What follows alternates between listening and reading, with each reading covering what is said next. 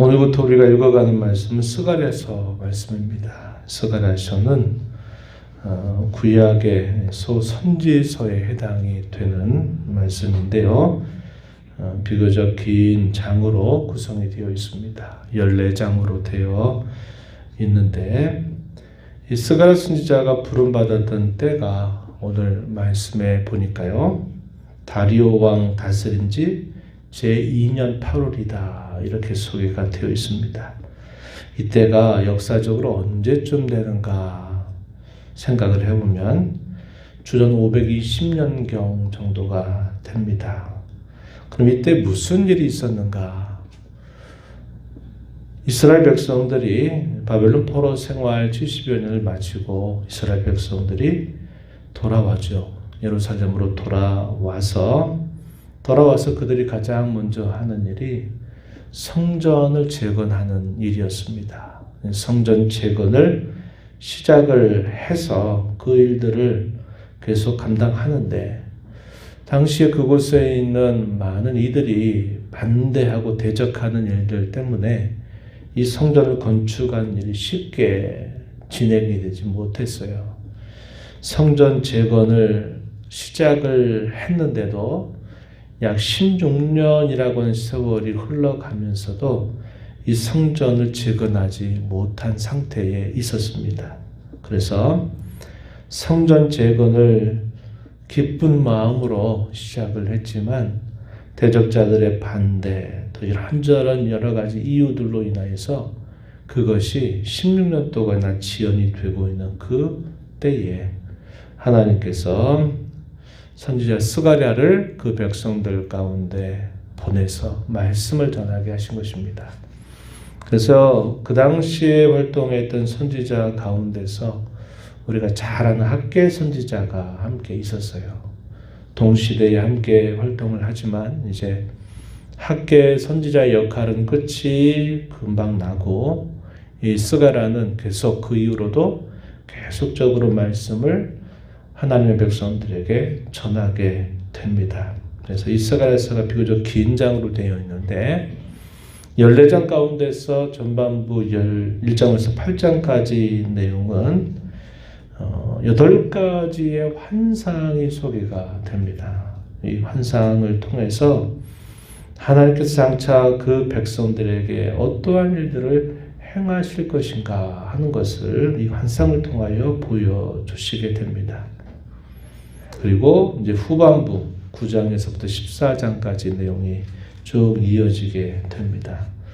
이 스가랴 선지자의 이름의 뜻이 무엇이냐면 여호와께서 기억하신다 하는 그런 뜻을 가지고 있습니다. 어제 금요일 밤에도 시편에 있는 말씀을 통해서 하나님이 자기 백성들을 영원히 기억하신다 하는 그 내용들을 살펴보면서 자기 백성들을 기억하시기 때문에 그 백성들에게 약속하신 말씀을 하나님은 바꾸지 않고 그대로 하나님은 이루어 가신다 하는 것을 보여준다 했습니다. 여기서도 그 이름의 뜻이 보여주는 그 의미가 바로 그러한 의미를 담고 있어요. 하나님은 자기 백성들의 역사 현실이나 자기 백성들이 처해져 있는 상황이 어떠하든지 간에 하나님 그 백성들에게 약속하신 그분의 약속의 말씀을 반드시 이루신다 하는 것을 이 선지서는 우리에게 잘 보여주고 있다 하겠습니다. 우리가 읽은 말씀 가운데 1절부터 6절 내용은 이 스가랴서 전체의 서론과 같이 중요한 내용을 담고 있습니다. 그 내용의 핵심은 무엇인가 하니까 자기 백성들로 하여금 참되고 진실한 회개를 촉구하고 있다는 것을 보여주고 있습니다. 그리고 그 다음부터 6장까지의 내용에서 8가지의 환상이 기록이 되면서 그 환상을 통하여 자기 백성들에게 하시는 말씀이 소개가 됩니다. 2절 말씀으로 한번 가서 보시면 이렇게 말씀합니다. 여호와가 너희의 조상들에게 심히 진노하였다. 하나님의 백성들을 향해서 하나님이 진노하셨다 이렇게 표현을 합니다. 그들이 역사 속에서 겪었던 혹독한 일들은 하나님이 그 백성들을 향하여 진노하셨던 일이다 라는 사실을 소개합니다. 그러면서 하나님 왜 무엇을 위하여 그렇게 하셨는가? 그것은 자기 백성들로 하여금 여호와 하나님께 진정으로 돌아오게 하실 목적으로 그렇게 하셨다 알려줍니다. 3절 말씀에 그러므로 너는 그들에게 말하기를 만군의 여호와께서 이처럼 이르시되 너희는 내게로 돌아오라. 만군의 여호와의 말이니라. 그리하면 내가 너희에게로 돌아가리라. 만군의 여호와의 말이니라. 만군의 여호와의 말이다. 2번 반복이 되죠. 무슨 뜻이냐면 한 말에 도장을 찍는 것과 비슷한 표현입니다. 내가 만군의 여호와로서 내가 이렇게 말한다. 너희는 내게로 돌아와라. 그러면 내가 너희에게로 돌아가겠다. 한마디 한마디에 마치 확실하게 도장을 찍듯이 하시는 말씀이 만군의 여호와의 말이다 라고 하는 그런 표현입니다. 그래서 하나님께서 이것을 당시의 백성들에게 있어서도 얼마나 요구하고 계신가 하는 것을 확실하게 표현하고 있음을 보게 됩니다. 그러면서 과거에 있었던 그 일들을 하나의 반면교사로 삼을 것을 가르쳐 주세요. 4절 이하로부터 그런 말씀이 이어집니다. 4절에 보니까 너희 조상들을 본받지 말라. 옛적 선지자들이 그들에게 외쳐 일렀다. 만군의 여호와께서 이같이 말씀하시기를 너희가 악한 길 악한 행위를 떠나서 돌아오라 하셨다. 하지만 그들이 듣지 아니하고 내게 귀를 기울이지 아니하였다. 여호와의 말이다. 이렇게 말씀을 하십니다. 그들 조상들의 악행에 대하여 이것을 소개하고 있는 것이죠. 악한 길, 악한 행위를 버리고 거기로부터 돌아와라. 이렇게 말합니다. 이 말이 담고 있는 뜻이 어떤 뜻이 있을까요? 하나님 앞에 어려움을 당하게 될 때 그들은 하나님 앞에 돌아가겠다고 잘못했다고 말은 하는데 문제는 뭐냐면 자신들의 행실, 자신들의 행위로부터 떠나지 않고 여전히 자기들은 그대로 있으면서 하나님 도와달라고 하나님 잘못했다고 말하는 겁니다. 그러한 태도를 보였다는 거예요. 잘못했다 말하면서도 잘못에서 돌이키지 않는 것, 이것을 말하고 있는 겁니다. 오늘 우리의 신앙생활을 돌아볼 때에도 우리가 이런 실수를 얼마나 많이 반복하고 있는가를 우리는 돌아봐야 한다는 겁니다. 우리가 하나님 앞에 잘못했다고 죄를 지었다고 용서해달라고 우리가 하나님 앞에 기도할 때마다 아뢰면서도 문제는 뭐냐면 그 행위와 그 생각과 그 태도로부터 돌이키지 않고 그렇게 해달라고 기도하는 일들이 대단히 많아요. 그러다 보니까 이것이 신앙에 있어서 큰 질병이 되어버립니다. 그래가지고 우리의 신앙이 새로워지지가 않고 늘 그 모습 그대로 그 자리에 그대로 머물러 있는 모습을 우리가 보일 때가 참 많다 하는 것입니다. 그래서 이런 부분들은 하나님의 백성들로서는 절대로 본받지 말아야 된다. 그러한 신앙생활을 해서는 안 된다 하는 것을 이걸 통해서 깨우쳐주고 있는 것입니다. 너희 조상들이 어디 있느냐? 선지자들이 영원히 살겠느냐? 내 말과 내 법도들이 어찌 너희 조상들에게 임하지 아니하였느냐? 하나님께서 결국 그들에게 경고하고 말씀하셨던 그대로 분명히 이루어졌다.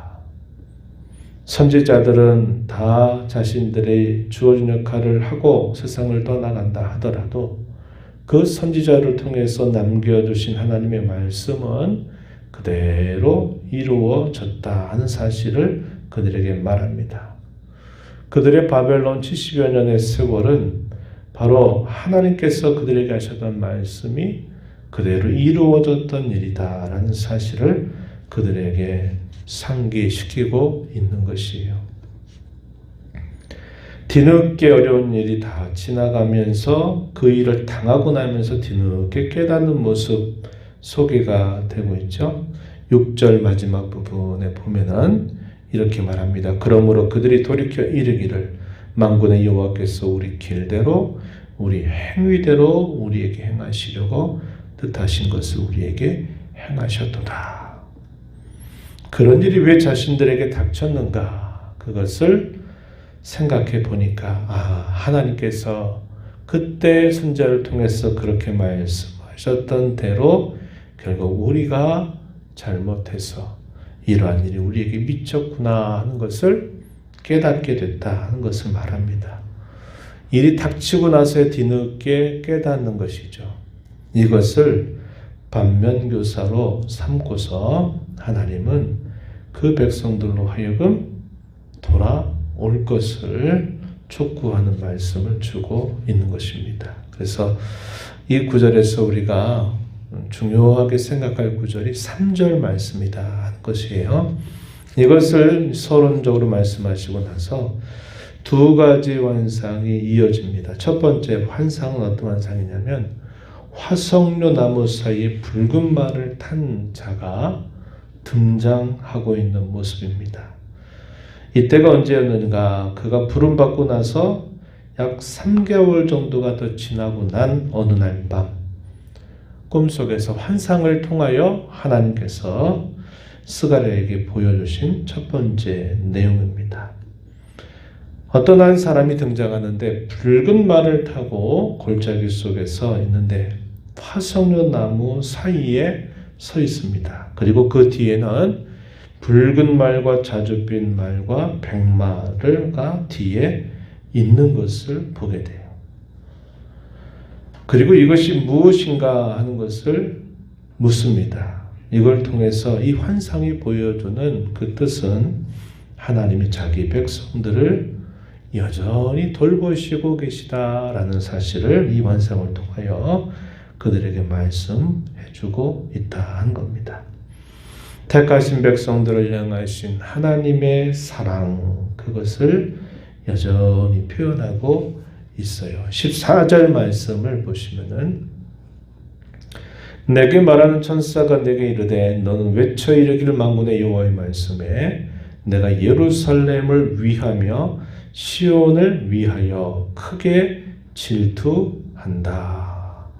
여기서 질투한다라는 말의 의미는 너무나도 그 백성들을 사랑하기 때문에 가지시는 질투라고 이해하시면 돼요.